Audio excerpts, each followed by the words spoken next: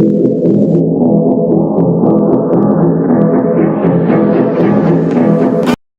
crazy.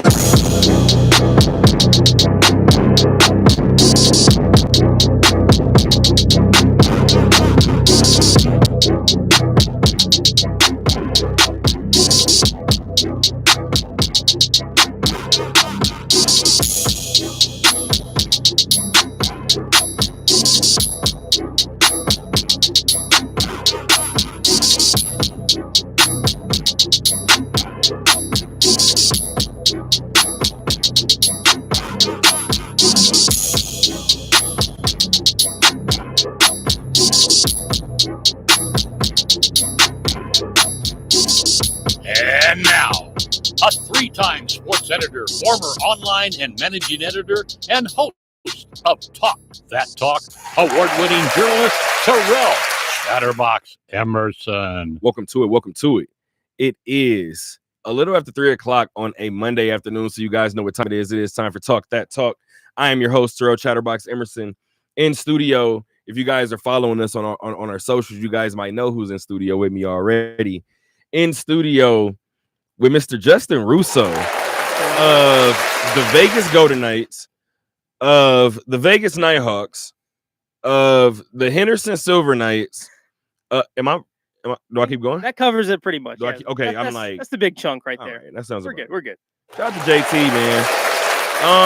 First of all, we have a long time to kind of cover here, right? So I'm gonna take my time with this. But again, if you guys are watching via socials, we thank you guys so much, or via YouTube rather, we thank you guys so much. We'll get to socials in a second.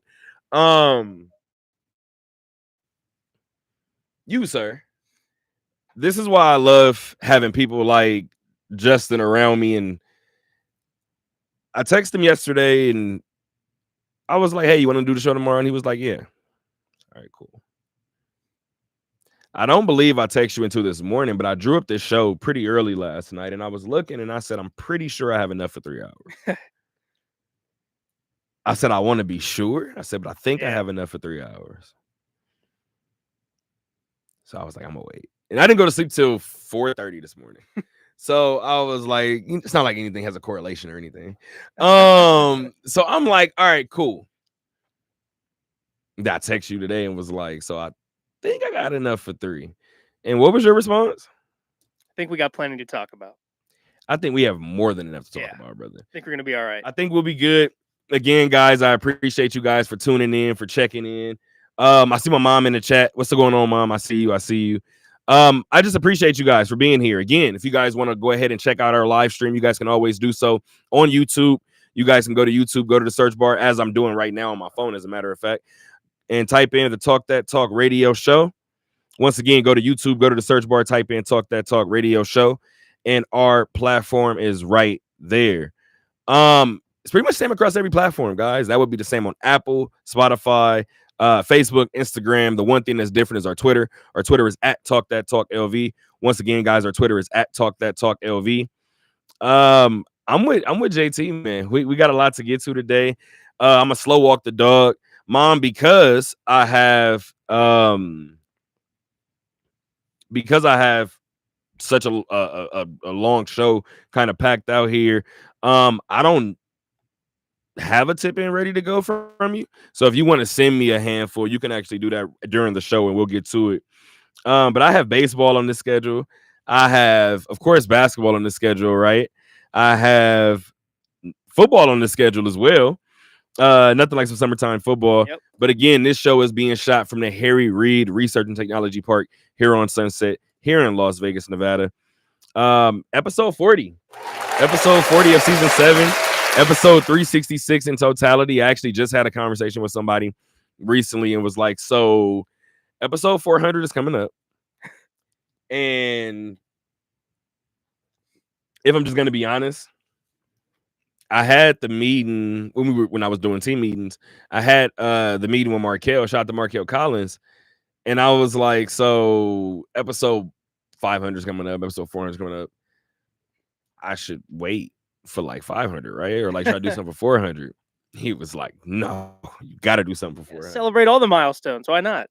I said, all right. And that's what's funny because my dad told me recently, he was like, or not recently, but maybe within the past couple of years, he was like, you got to start celebrating more of like the company milestones. And I was doing it more when we were on campus. And once we got out of campus, we were always on campus. You get what I mean? So it was a little easier to kind of have everybody in one spot, but we're working on something. We're working on something for sure. But again, guys, we got 3 hours of good sports talk lined up for you. Again, episode 366 of the Talk That Talk radio show. Let's get to the news at hand, man. Let's get to the news at hand. Not First much of big all, happened yesterday, so I don't know what we'll talk about, but or today for that matter. No. But if you're on YouTube and you're watching, I have on my Pacer jersey. It was last minute. T-shirt under it is super dingy because I was like, am I gonna do this last minute? I just went ahead and threw it on, and I was like, I'm here. First of all, round of applause. Just the fandom in me, right? The childhood fandom in me. That is now the closest that Indiana has ever been to a championship. So just from that perspective, is this Colts erasure right now? You know what's funny? State of Indiana, or we just want to make sure we get everything. Definitely talking about basketball. Okay, so let me do that. Let me go ahead and say Indiana, and I should add NBA championship. I'm going to continue to add that part, right? Let's go ahead and add that part too. But somebody did tell me about 2 weeks ago, maybe it was the Easter Conference Final. Somebody was like, well, I feel like Jim Irsay might have went up there and started. I said, yo, wait a minute. I said, Irsay is up there pulling strings. Bean went up there and right away. Lakers got one. Philly got one. Kobe went up there and was like, hey, do me one quick favor. Yeah, real quick. One more favor. Yeah. Like, yeah. So you know what I mean? You have those things working in your favor sometime. I actually put it on my notes. I don't know if I tweeted it out. What a series. What a series, right? What a series by both groups. We'll get to everything. Like I said, I have at least 30 minutes on this topic. You can kind of decide how we go about it, but I have this broken up in about 7 different parts. So we can do it how you want to do it. Give me your overall breakdown of what we saw for 7 games, man. I was just impressed with the depth of both teams. Like, it was so fun to watch, and you see it for every playoff series, if you will. But I think especially with these two teams, it was so evident that you didn't really know on any given night who was going to be the guy. Like, Shea had pretty much consistently played well through the series. He had a couple of down games there, but J-Dub had 40 in a game. We saw a big game from Cason Wallace in Game 7. Chet was a little up and down, but he had his moments. Hartenstein, for the Thunder. And then on the other side of things for the Pacers, it really felt like you didn't know what was going to happen with them. Siakam was kind of the driving force, I think, that kept them afloat a lot of times, but Hallie had his moments. He had the Game 1 winner. Mathurin had some moments early in the series. TJ McConnell was the ultimate spark plug, and what it felt for the final 4 or 5 games, or he was an automatic bucket coming in. And there was just so many different spots where people really prevailed for Indiana with Obi Toppin. I mean, you can just go on. Neesmith had some games. Nembhard had moments. Like, it was just a really great series with 2 complete teams, and it really showcased the depth that they had. And it started to make a lot of sense, the runs that they had to that point as well, dismantling some really good teams, with the Pacers taking down the Cavs and taking down the Knicks. And on the other side of things for the Thunder, waltzing right to the finals. Like, it felt like we had the best 2 teams right here. And it was a battle for 7 games. I know we'll get into yesterday's game and the way it ended, unfortunately, not just the result. Began, for that matter. Yeah, the way it began. But yeah, just before you talk as a Pacer fan, I feel like just as an NBA fan and coming at it from a rather neutral perspective, I wanted Indiana to win, but I just felt robbed. Like, I felt the air got sucked out of the building. Like, we were about to witness something great, no matter what the result was going to be. And then it was like, oh, like, this is really how it's going to end, right? This is it. Okay, I guess it is. And the interesting thing was, I actually tweeted that, right? I said, no way Hallie's season ends like this. Yeah. And the interesting thing is too, this is what I learned through school. See, this is funny because I don't want to say funny, but like, it's interesting because sports talk is weird. Like, we have to talk about everything, essentially, right? And one of the things in radio, we're taught to be personable.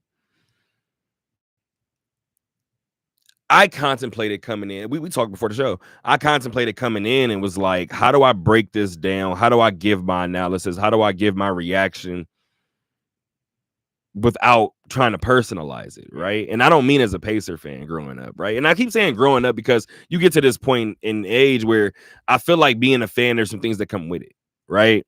And I don't know if I can call myself a fanatic if I'm not spazzing right now. If I'm not like, oh, well, Casey Wallace was grabbing TJ McConnell's arm.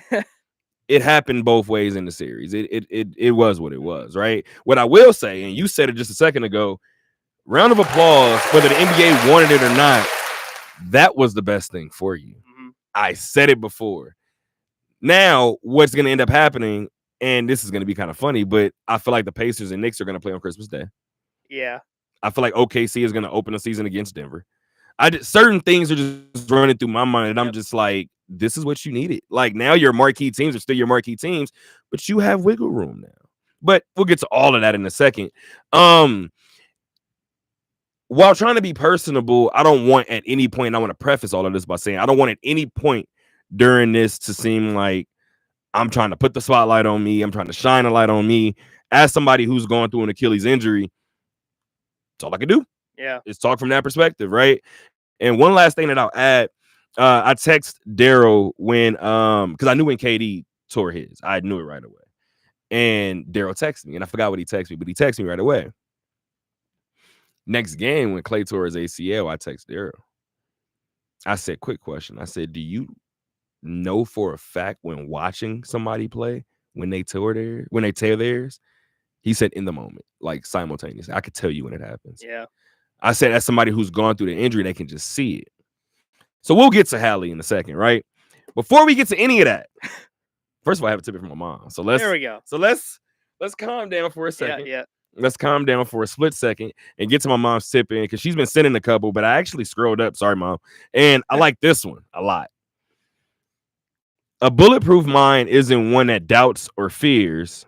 Or excuse me, I apologize. She texted me and I seen one word disappear. My apologies. A bulletproof mind isn't one that never doubts or fears. It's one that moves forward despite them. I'm gonna read this again.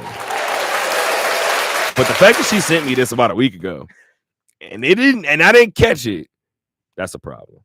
But a bulletproof mind isn't one that never doubts or fears. It's one that moves forward despite them. So shout out to my mom for that one.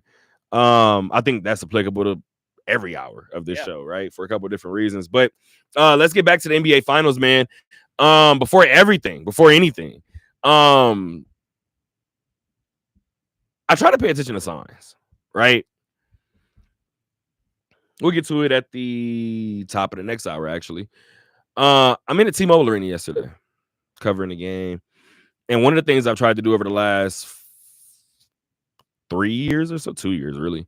And I got to get on YouTube because I don't know if you do it, but my mom, she stays on me. And I'm pretty sure I've told you this before, but she's really, really big on reminding me, like, you prayed growing up that you wanted to cover a Super Bowl. You're at the Super Bowl. Yeah. Like, take a second to back away and, like, look at everything. So I don't know if people pay attention to me, but when I'm at these games now, it's usually a point in time at some point where I do a panoramic view. I need one just to kind of soak it in. You need to do that. I don't know if you do it or not. Occasionally, probably not enough. Usually we don't. Yeah. So the fact that she stays on me, I'm gonna stay on y'all. I told somebody at the Aces game about it too. Like, we gotta remember that. So as I'm looking around, I'm not gonna hold you. I get halfway through my panoramic picture, and I realize the Indiana Fever are in town. I said, okay. First quarter ends. Up on the big board, Cheryl Miller's in the front row. Big time. Not gonna hold you. Here's where my fandom does come out. My hands start sweating. I said, what is happening right now? I called my dad at halftime. I said, I've never been here before. Are these signs? Like, I don't know what's happening. Yeah. And he was like, I think you guys do it. I was like, I do too. We'll see what happens. Game happens. I get home. As soon as I get home, I'm working on the Aces story. I look up. Why do I see parade buses inside of Paycom Center? Yeah. This is where we're starting. Yeah, that Rick Carlisle spotting that too and being like, hold on a sec. Now look, sometimes there's oversights by people, but that feels like that's not we left a championship shirt out that might go to the winning team on accident. That's a whole ass bust. Like that took time. That was intentional. That was a message. Yeah. It's a champion. Yeah. I'm not gonna lie. I was typing the Aces story, looked over at my phone, it was like, see, this is where honestly, to me, I was like, that's the last sign. I said Indiana does it tonight. I said Indiana shocks everybody and does it tonight. Now, game starts. Anybody who watched that game will tell you that they were watching that game, and I was looking at Shea, and I was like, I was interested to see how the first 5 minutes went for OKC. Shea comes out, he looks poised. I don't know why I would. Well, first of all, I would say I don't know why I expect him to not be poised. There were moments this series where he was not poised. Yeah, but it's his first go at it too. Like absolutely, as much as we talk about the Thunder, they're a young team too. So this is kind of everyone's first test in the cauldron. And bigger than that too, I think there was frustration, and I mentioned it kind of going in. Andrew Nembhard knows him. Yeah. And it showed, right? So again, amazing series, which is why I think the league benefited from this, because now, and I'm gonna throw something at the wall, but if Andrew Nembhard ends up a all-star next year, it's not a shock to anybody, right? If he ended up an all-star this year, everybody would have been up in arms. So with right reason, but you get my point, right? Commodity now more so than he was. Right. You know him. We know Pascal Siakam's name now, right? We knew his name because of 2019. So again, game starts. I'm looking at a poised OKC team, and I'm like, oh wow, they're locked in. Even if the other guys are kind of jittery, Shea's gonna be Shea. I said this is kind of what the expectation was. Yeah. Hallie knocking down 3 of his first 4 threes. 9 points in 7 minutes.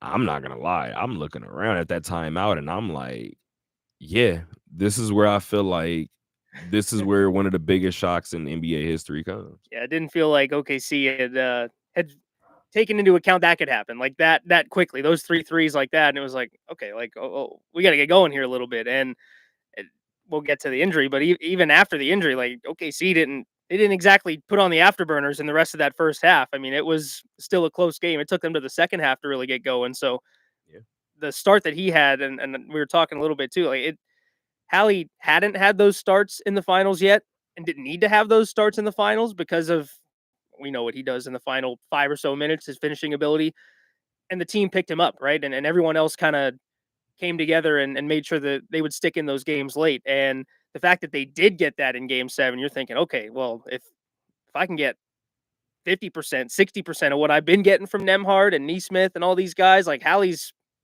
kicking it off in a big way right now. And imagine how I felt at home, right? So I had Pacers in 6 originally. And here's what's interesting, because Victor Oladipo tweeted out, and I don't know if you saw that. This could have been my that's out there now, but I feel like I got a pretty good one. Victor Oladipo, did you see his tweet? I did not, no. So he tweeted out, and he essentially at the end of it, he said he's going to be the change for this. He was saying, and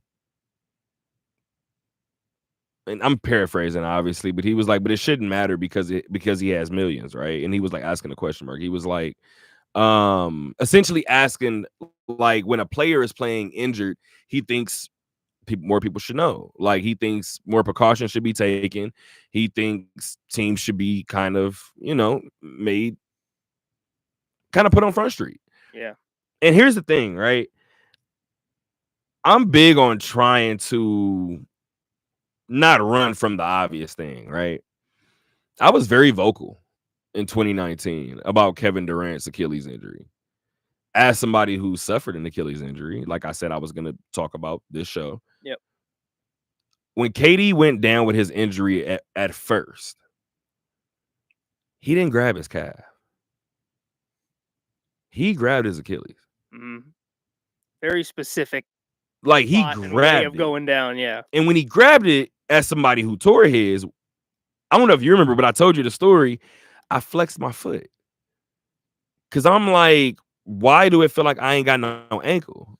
like what? Because mine was a partial tear, so I didn't even know in the moment what happened with mine. KD went down and he grabbed the back of his foot and he started flexing. I said that's a partial tear. When they said it's a strained calf, I said they don't want to get ripped for the fact that they're going to play him. Yeah. That's torn. Lower leg injury. Yeah. If he plays anymore, it's going to go. The way that KD started that game, I said, oh, and I kind of sat there uncomfortably and I said, I don't want to say this, but I thought it. I said, we're about to watch this man tear his Achilles. Yeah. And it was the only time in my life that I felt like it was coming. Let's fast forward to now.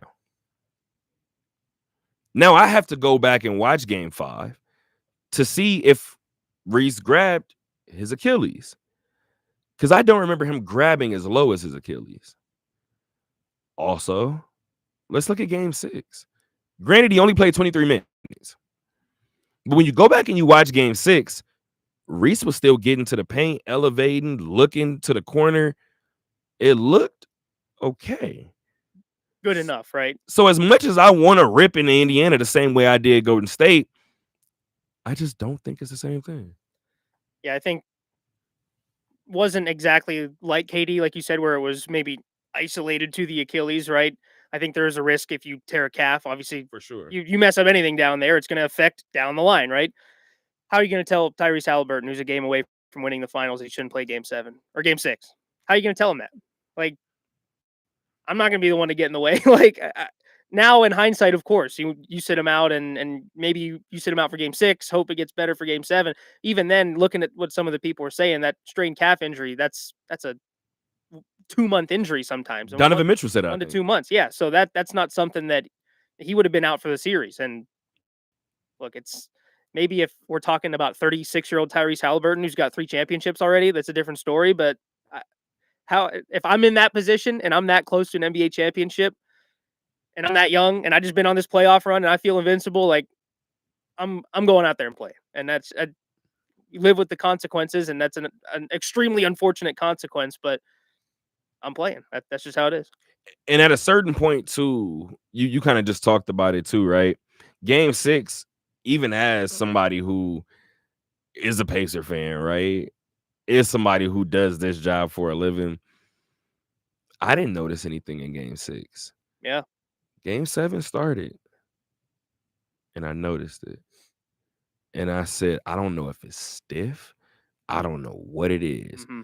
But Reese was only pulling threes. And I was like, not gonna lie, when the third one went in, I said, if he does this, it doesn't matter. Yeah. I mean, that's not how he eases into the game, though. And that's kind of the point we're making. That he hasn't done that this series or this playoff run at all, right? Like, he gets to that floater, he gets inside, he starts driving, he'll kick it out and get other guys involved. But to see him start a game like that, it was a little different. And you kind of forget about anything previously because he's making all these threes. Like you said, you're like, oh, just keep making threes. Like, go 6 for 11 tonight, and we're gonna win this game. Like, that's how it's gonna be. So it's tough to see or it's tough to balance that, right? Where you're in your head thinking this isn't exactly right, but I mean, hey, I'm just gonna ride it until something goes wrong, right? And obviously, absolutely, quicker, sooner rather than later, it did.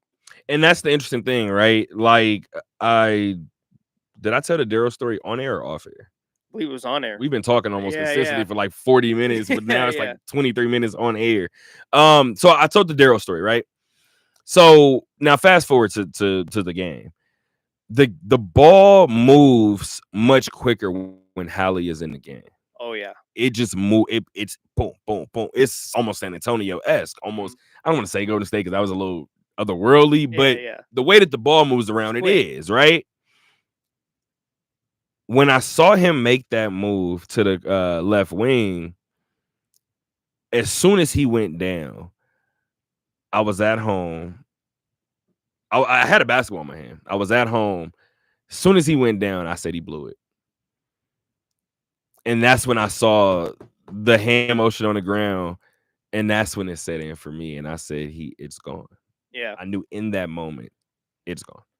And I feel like, and obviously the reaction on the ground, like that seeing the way he reacted, I feel like athletes know whether they've gone through it or not, or have had, like a calf strain like he had leading up to that, where it's something of a similar feeling. Like there are a couple injuries, the ACL, the Achilles, where by the reaction immediately that they know what just happened, and you don't have to really speculate all too much on it. Sometimes you get a little lucky, and maybe it's a meniscus or something, right? And it's still a lengthy injury, but it's not a year or a year and a half. But I feel like definitely by his reaction and obviously the replay that ESPN decided to show us about 80 times throughout the broadcast that we knew pretty much right away. And you kind of talked about it in terms of the broadcast, right? As much as I would like to, and this is where I'm trying to figure out like where my fandom creeps in, because like it's always gonna be there. So I think that's why people always tell you like, oh, you can't have a favorite team in this sport now that Indiana started winning something. I understand it because it can start to trickle in, right? Going back to the shade traveling at the end of game 4. If I've said for years I don't want my referees stepping in the middle of game-winning plays, I can't be on the other side of the fence when it helps Indiana. Like, yeah, he did. He probably did it in the second quarter too. That would have helped. So it doesn't matter. Like from that standpoint, it doesn't matter. So when you mention what was the exact point that you just mentioned really quick? We were talking about broadcast bringing it up, the injury to them showing the replay. Yep. Because I was bringing up my dad for that reason. I didn't look at it anymore. Me personally, I don't look at Achilles tears anymore. One of the worst ones for me was the one that happened, I think, a day or two after mine, and it was Boogie's. Yeah. Boogie's, to me, is really painful. Because Boogie was going up for a second tip. And, Boogie's a bigger guy, and Boogie was jumping off of 1 foot. I couldn't imagine that reaction of that thing popping. So I don't watch Achilles tears anymore. I'm gonna be completely honest. I didn't watch that his calf popped till after the game. I mean, I've never torn my Achilles, but even watching it, I can't even imagine the pain that like the feeling that would create. I mean, this is why I don't even respectfully. I went through what I went through because my doctors told me how severe it was. I tell people all the time, mine was a partial tear. Yeah. My doctor told me at the time it might have been better if you completely tore it. Why? We could have surgery about 4 months from now. We could start getting you slowly back walking the dog. I said, so what's the difference with my partial tear? We don't surgically repair partial tears. I said, I feel like you're leaving out something. Like you didn't say something. He said, you're gonna feel this thing heal the full time. I said, no way in hell. The only thing that was different, because it didn't really hurt. I'm gonna be completely honest. Shout out to my doctors. They had me doing the right things, right? It was itching, like under the skin. And I was like, it's literally like the scab is forming. Yeah. So from that perspective, I'm like, I don't know what anybody else is going through, right? So just to literally see the calf pop is painful to me. And like you said, you've been through it, but or you haven't been through it. Knock on wood. Where the hell is no. Hopefully not. Yeah, I just knocked on metal. That didn't do literally anything. There you go. That actually works. That works. But like I said before, because of that, I don't watch it, right? Yeah, for sure. So I don't know if I wasn't watching it because it was a pacer. I don't know if I wasn't watching it because if it was an Achilles. But then I thought about what my dad said. And my dad said that when Joe Theismann broke his leg, he said he got to a point to where he was like, why do you keep showing it? Yeah. And I was like, you know what? You said earlier when you said what you said about the NBA and ESPN showing it, you want to know what the first thing that went through my mind is, as sick as it may sound? You said that our ratings were down. Yeah. I seen somebody tweet. I mean, it's the thing we learn in journalism school. If it bleeds, it leads, right? So along those lines, let's just keep showing the injury. Yeah. What's the first topic today? Yeah, exactly. We're not above it, right? Yeah. So you mentioned what ESPN and the NBA kind of how they not have to, but how they show it. I think back to Paul George's injury. They didn't show it. No. They showed it that one time and was like, and kind of, to the point to where when they showed replays, they would stop it before, and if they did show it, they would tell you it was coming. Mm-hmm. And this particular one, it's like, I don't know if it was me, but I feel like they played this one a lot more. Yeah, I mean, I feel like there's that line, right, of, okay, if I see a leg that should be straight and it's going that way, then I know I don't want to see that. But when he on the outside, if he just stood there, you wouldn't know he just tore his Achilles, right? So we're gonna show it and show it and show it. I think back to Kevin Ware too, like Yeah, that's that, another like one that they kept showing Kevin's. yeah, like but I That's get it. another one. I get it, right? Like, look, if it's the first 5 to 10 minutes after it happened, people are on Twitter. Oh, what just happened? Let me go Right. to the game. All right, everyone, we're back. Here's what happened. Why I don't need to see it in the fourth quarter. Like everyone that wanted to or probably needed to know knew by that point, or probably saw it by that point, either watching the game or on Twitter or on Instagram or whatnot. Like we can temper it down a little bit. I think at that point we don't need to see it that much. Now you're just pouring salt in the wound, especially when OKC was going on their run late. It was obvious they were gonna win. Like all right, like let's calm down with the injury stuff real quick. A little bit, right? And this is what's so interesting. I see somebody tweet. This is what makes it hard, really quick, as a Pacer fan too, because I don't know why I put myself through it, but when he hit that last three and he was talking to that fan in the front row, I went and looked at the quote tweets of it, and it was exactly what you said to start the show. It's every tweet, man, we were robbed. This was about to be an all-time moment. He was about to go get one. Somebody said that they'll go to their grave firmly believing if Hallie was healthy, Indy would have their first one. Like just going, and those are all the tweets. Yeah. That's when the pain set in. And I was like, so everybody feels the way. I mean, I thought too for a little bit. I mean, they led at halftime, right? The Pacers were still leading at halftime. So you're thinking, all right, maybe this is an extreme point where they really rally around Halliburton right now and they just find a way to get it done. But then you're reminded of OKC and why they're here and what got them here. And you're like, this is not going to be easy, right? And the rest of the game, and like you said, when Hallie's in the game and the ball moves so much quicker, immediately after he came out, it just seemed like everything got harder for the Pacers offensively. Everything got slower. The defense was tighter. Every shot was a little harder to make. There wasn't as much space out there. And they found a way through it, right? They hit some tough shots. Nembhard had the tough shot late in the second quarter. Round of applause really quick to TJ McConnell. We're talking about that, right? But he still had a TJ McConnell moment, right? Dude, like his best game of the series still. TJ McConnell got dropped into every single game and did the exact same thing in every single game and was the most consistent player for the role that he was asked to play. And it's unfortunate that they couldn't generate more offensively in the second half or at least the third quarter to keep it close because, I mean, he had 12 or 14 in a row at one point for them. I think it was 12. He was the only guy. Whatever it was needed.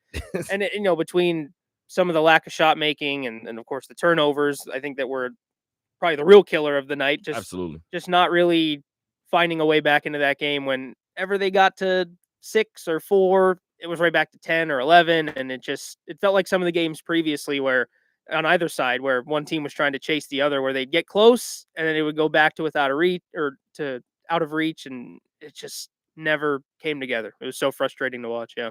And you kind of just highlighted it, right? It was a back and forth that kind of had you like this at the end of the day still. Up until the third quarter, like you said, I was still sitting there like cinema. Like this is beautiful. This is what the league needs. The league doesn't need injuries, right? No. But Victor Oladipo, when he was talking about his tweet, he was saying like he wants to be the change because obviously Victor dealt with a very, very serious injury, right? And when Vic was and it was a very, very long post. I pulled it up right here. I found it. Yeah. So yeah, very, very long post, very, very heartfelt post. And like he said, he's not mad. Yeah. But I just had a conversation about Victor Oladipo recently. And I'll tell this little story really quick. If Indiana did it, just thinking back to years of being an Indiana fan, I had a list of like people like it's for you, for you, for you. Victor was on that list. Yeah. And I know a lot of people may have been like, why? For every reason that he put in that post. That's why. Right? So we see how severe the injury was. 2 last points about it.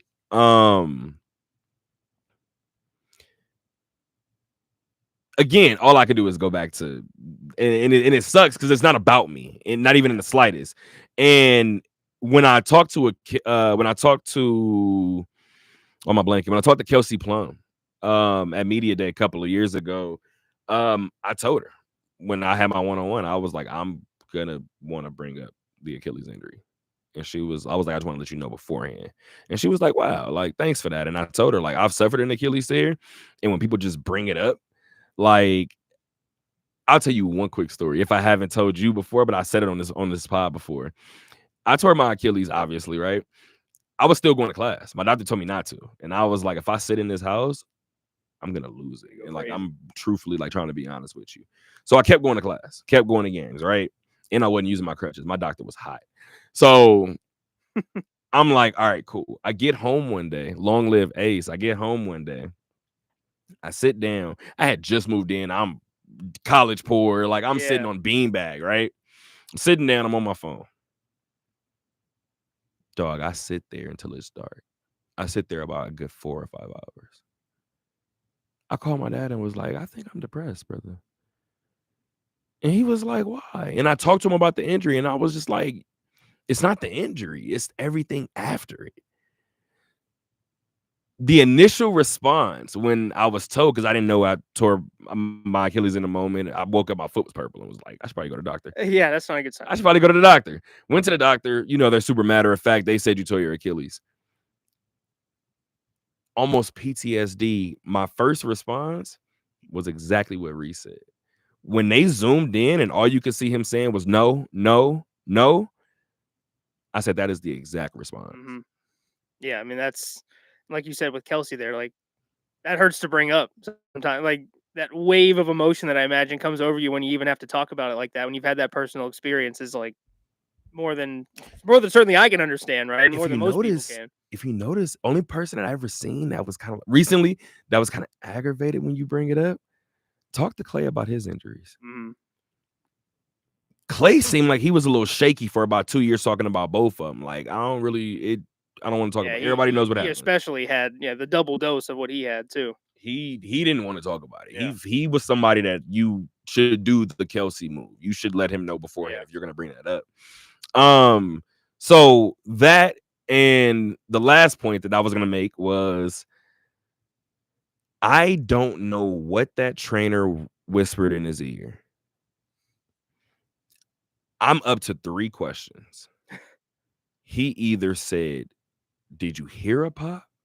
Which, as loud as that building was, I don't think he did. He either asked him, did you feel a pop?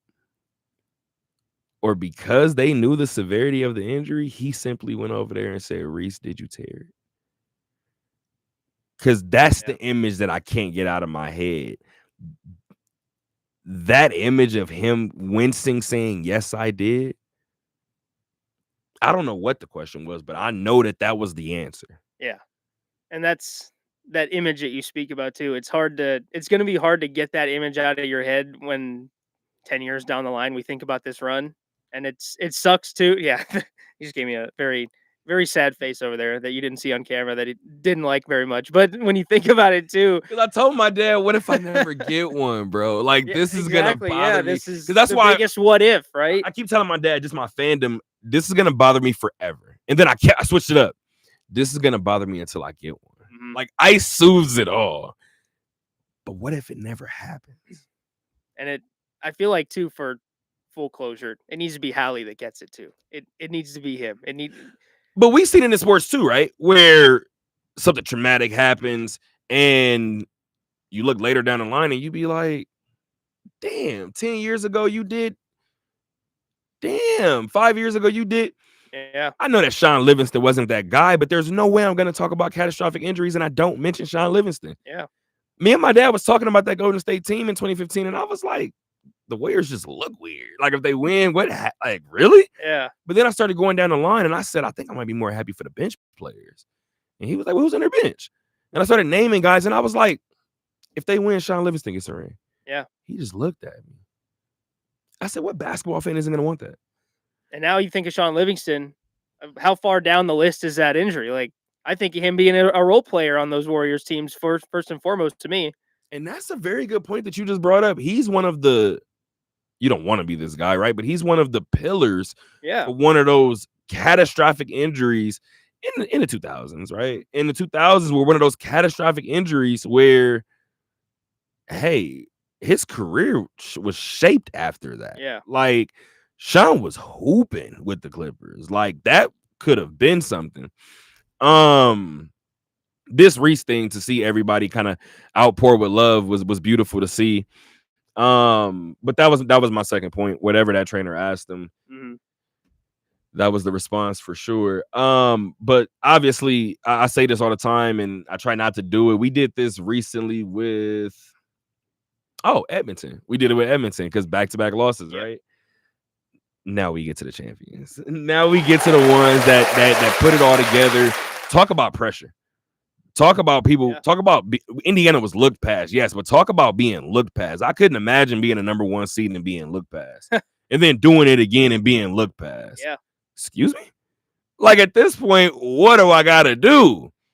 I guess I gotta just go win it all. Yeah, I mean, and I think because of the way Indiana got there, everyone was like, oh, like, because sometimes you get good teams in the playoffs and you get hot teams in the playoffs. And sometimes those hot teams are the ones that everyone keeps their eye on. You hear it toward the end of regular season sometimes for any sport. That's why I don't want to play. I just don't want to run into them in the postseason, right? No matter what your seed is. But I feel like for the Thunder, it was so methodical for them to get there, like 68 wins in the regular season, just pushing past everyone they could. I mean, the blowouts of the Grizzlies in the first round that didn't even look like a playoff series at some points. And then they go on all the way and they end up making the finals. It was methodical the way that they dismantled some really good teams, between the Timberwolves, the Nuggets, and yeah, they had to go out and do it, right? And now it creates a situation for OKC where some of the talk, I think, if they had lost was, okay, how do you change it, right? And they have so many assets still from all the rebuilding years, that the draft picks that they have, and do they trade for another superstar? Do they just keep drafting and keep building? Like,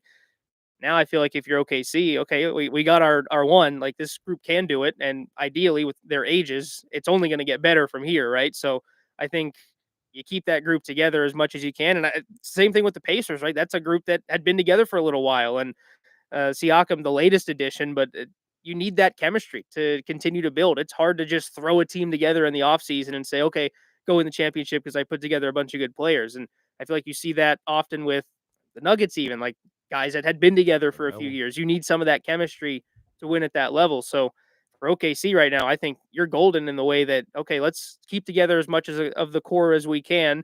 And if we have to swap out a couple of role players here and there, now they have, I mean, I don't know their draft pick situation by heart, but I know it's very, very good. Multiple first round picks for the next few years, I believe. So they have so many paths they can take right now to improve this team. A team that already won, that they're probably going to have a lot of the pieces back anyway. So they're looking good right now. The only word that came to mind when you talked about their draft status is lucrative. Yeah. It's still lucrative. Yeah. So a championship buys you what? It buys you time, right? Mm-hmm. So I'm not going to lie. This was my last point on this list. But let's talk about Sam Presti. Oh, let's just do it. Since she went ahead and did it, yeah, let's do it. Let's dive in. What a job, right? What a job at, yes, we know what he did putting that championship team together. What a job ignoring the outside noise. Yep. Oh, all those draft picks, it's not going to amount to. You might as well trade those draft picks for Rudy Gobert. Trade those draft picks for Donovan Mitchell. Trade those draft picks for who else got traded? Karl-Anthony Towns. Traded for Kevin Booker. Kevin Durant. Trade him for Luka. Everybody said do something with him. Mm-hmm. He was like, I think I'm gonna keep him. And thinking back too, like, it's thinking back to when KD left. You lost KD for nothing. Yeah, so that's your top asset. That a lot of nowadays, when you have an inkling that a guy wants to leave, I got to ship him out. I got to get something for him. So you lost KD. You kept on to Russell Westbrook. You paired that with Paul George. You turned that into Shea. You turn, like, the way that they were able to maneuver even before, and of course, when Sam got there, just putting all of these assets together in the best way. And I pulled up their draft picks right here. It's even more insane than I thought. So they have 2 first-round picks this year, their own. That's disgusting. So sorry, they don't have their own first-round pick. They have one from Miami, which is unprotected, the 15th pick, and they have the 24th pick from the Clippers for that trade still with Shea and Paul George. They have a second rounder from Atlanta, but next year they have their own first-round pick. They have Utah's first-round pick, top 8 protected, and Philly's first-round pick, top 4 protected. They have 3 first-round picks next year still. And then even into 2027, 2 first-rounders. and 2 second rounders. 2028, multiple second round. They got 3 second rounders in 2028, 2 first rounders in 2029. Like it's unbelievable how far this list goes. And these are all still ones that have been traded to them. Like 2030, we're talking about they have Houston, Miami, and Denver's second round picks. I don't even remember what trades they got these from at this point. That's still 5 years I don't know away. if they do. They just have all these picks Sam Presti stockpiled. does. 100%. Oh, it's just incredible. So I mean, kudos to them for building the team the right way. And they've got Shea for the foreseeable future now. You'd imagine they're going to lock up anyone that they need to or can. And like I said, it just offers so much flexibility now because I don't think I wouldn't be trading for superstars at this point. I'm going to keep it together as much as I can. But if something were to go awry and maybe a relationship goes bad or you don't get the result you want next year, now you have that option because you have all these picks. Well, here's the thing too, right? You kind of just talked about it. But this championship buys you time. Yeah. This championship is going to buy Sam Presti time as if he needs more time. Right? No. But Sam Presti is going to be thinking in 2035 already. He doesn't need any more time at all. No. So I believe he's still looking at, I can use these picks. Yeah. And I don't have to pay these picks, right? Mm-hmm. But like you said before, when you get to the 2027s, 2028s, yeah. or I said that might not even 2027, 2028, 2029s.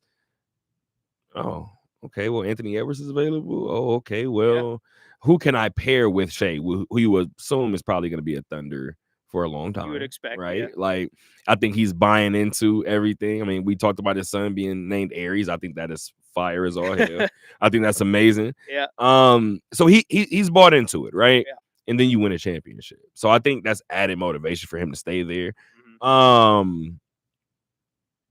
We'll see, because I mean we said that about Giannis, right? And then it's like the championship. Things change. It's like the championship allowed for him to kind of be like, well, you can leave now. You won one. So Mike Malone, how much time he had from that 2023 championship? I still think that was done grossly. Yeah. But let's get to that person that we were just kind of talking about, right? In terms of Shai Gilgeous-Alexander, completed one of the greatest seasons in league history. Yeah. Plain and simple, right? It's pretty hard to kind of name something that he didn't accomplish during this particular run. Maybe the All-Star Game MVP that I believe went to Steph. Like, I think he'll be all right. Like, everything else was his. This world was literally Shai's all year. And I saw a post today about the players in league history who have had the Finals MVP and the MVP and a championship winning season, and it's an exclusive list. We'll say that much. I mean, Shai, LeBron, MJ, Bird, Magic. The guys you would expect, and it's an exclusive list that, moving forward too, feasible to think he could do this again 2-3 more times, right? And I think, not to already jump forward to next season, but I mean, with the team that they have right now and the way they're looking, how do you not have them as a top 2 favorite, number 1 favorite at the very, so Shai with an incredible season. I think there's obviously, like, I got frustrated at times with some of the fouling stuff, right? For sure. Like, that's more of a product of the game itself. That's the classic don't hate the player, hate the game for me, because that's what I feel about James Harden. Harden, we've seen it with Embiid. Like, do I love that style of play and watching it? No, but because I know he has better in him, right? Because I know he's an MVP. You don't just foul bait your way to being an MVP, right? You're amazing for a reason. But at the same time, if that's me and they're giving me these calls and I just won the MVP and I'm on the brink of an NBA championship, what am I going to go away from that for, right? Like, that's the way they're officiating the game, and until they decide to officiate it more differently, then that's the style I'm going to play. So I can't hate on it, and he's a great player in his own right. Average, I don't know what he averages here, close to 30 or 32, yeah, 7, I think. And even in the postseason, he lived up to that as well. Where, I mean, how many finals games? Up to scoring in every game. Yeah, I mean, how many 30-point finals games did he have? Especially 3 or 4 or 5 at least. So he was impressive the entire way through, and like we said, for a guy in his first finals run, really, alongside all these young players as well. I mean, he was the leader. He was the guy that you called poised to start game 7. Like, he felt like he was ready for the moment. And you talk about being ready for the moment, right? I think Shai has been ready for the moment for quite some time. Yeah. I covered Shai his first summer league, or his only summer league, right? Much different player, but you could see the same elements, right? Like, you could see the same elements. More confident, the poise was kind of always there. That's the interesting thing, right? Like very, very talented from early on. And this shouldn't really shock too many people, right? Again, one thing that I wanted to highlight really quick, because I said that it would be the case if OKC were to win. The last 7 championships have been won by different teams. So shout out to the league for that in terms of parity, right? That helps out. That changes things. However, I said this a while back when Ben Golliver, shout out to Ben Golliver of the Washington Post, we had the conversation of who's the next face after Bron, Steph, KD, everybody leaves, right? And I said, this may sound crazy to you guys, but I believe that it's not a face. I believe it's a flag. Yeah. So if we just take those last 7 champions and view it through the lens that I just gave you guys, 2019, the country of Canada claimed its first championship in this beautiful league. Kawhi went up there along with a guy named Pascal Siakam and brought home a championship, right? Now, 2021, that was Giannis's year, right? Yep. Last time I checked, Giannis is from Greece. I know Nikola Jokic got one in there. Mm-hmm. And he's Serbian. Okay. And now Shea just did it. And he's Canadian. Not to mention your last couple of MVPs, because now let's sprinkle in Joel Embiid. None of which are from here. No. Shamelessly throw in Luka Doncic. I mean. And then let's add in Luka. By the way. Let's add in Luka, right? I think I doubled down already. I believe I tripled down already. If there is a such thing as quadrupling down, I'm here to do so. Yeah. The next face of the league is a flag. Now, here in the States, we can argue over who's the American slice of the pie. Yeah. But it's no longer a singular American. No, I mean, it feels so different than it was growing up, I feel like, where it was it was Jordan, and Kobe had it for a little bit, and it's been LeBron, and you could argue, Steph in the mid 2010, like. You don't win 4 and go ignore it. But no, it was supposed to be Bron. It was concentrated at the top at the very least, right? It was either LeBron or Steph or KD, and that was pretty much the argument for the last decade and a half or so. But now, like you said, there's so many different players and so much parity. And I just said like OKC should definitely be the favorite for next year, but that's the same thing I thought about Boston. And before Tatum even got hurt, there were signs of cracking for the Celtics. Like they struggled early in that series with the Knicks, so they weren't even invincible coming down the line within that series, even before Tatum's injury. So you just, you never know what Denver was the favorite before that. Yeah. I mean, you never know what's going to happen. Who saw the Pacers getting to game 7 of maybe not you, or maybe you, but maybe not many people did. Yeah. So we're going to talk about injuries later. Cause when we get to the NBA draft, I kind of want to talk about it a little bit, but injuries, yes, they're a part of the game. Victor Oladipo talked about it in that post. Mm-hmm. And this is why when I said I don't know if I had Indiana, because everybody I'm on record saying I trusted Indiana in against Cleveland. It's hard to bet with the Knicks, right? That's where my heart and my gut gets confused. I always think Indiana can beat the Knicks. Yeah. I said it since the beginning of the postseason. If it's a healthy Bucks team, I don't know.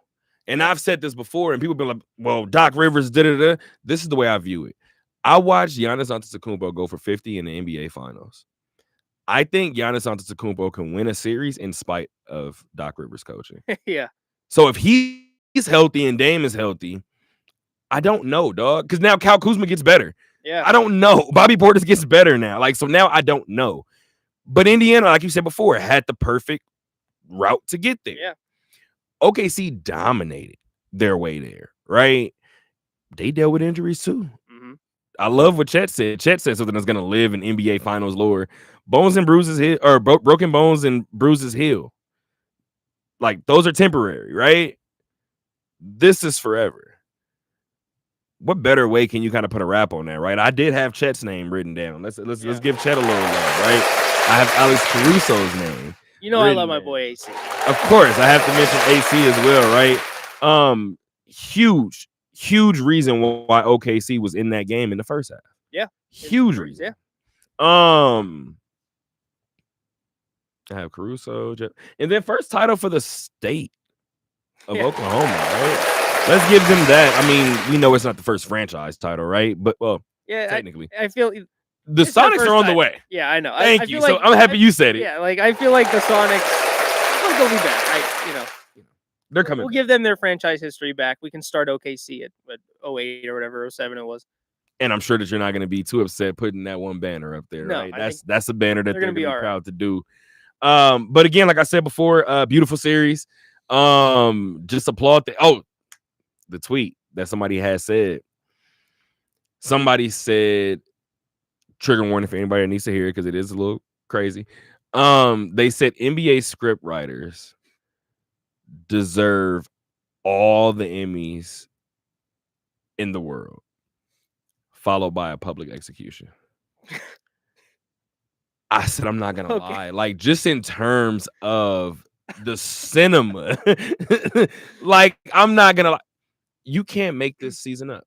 No, This season is gonna rank up there with 2016. Scriptwriter's been on it for the last 7 years. I mean, with all this parody too, like they everyone's getting their shine, right? Like this has been fun, but especially this season, yeah. I mean, this was one of the more fun playoffs I think, just following in a while. I feel like. Yeah, no, definitely. And we I think you and I actually talked about it. You were on the show a couple weeks ago, and we talked about, like you said, the entire playoffs kind of being one of those. But then we kind of sat back and was like, well, aside from the 1-8 matchups, everything else, like literally everything else had something to it, right? Beautiful job, NBA, right? Like I always try to like put a bow on the season. I don't have to. They do. So and true NFL fashion, where they love to stay in the headlines, in the next week and a half, draft and free agency kicking off in the NBA as well. So much more basketball talk to feed all of us. The NBA has done a great job of becoming a year-round sport. Yeah. It's insane. Matter of fact, because Caprice knows I'm a Pacer fan. Caprice was like, when does the next season start? I said October. She said, it's here. And I was like,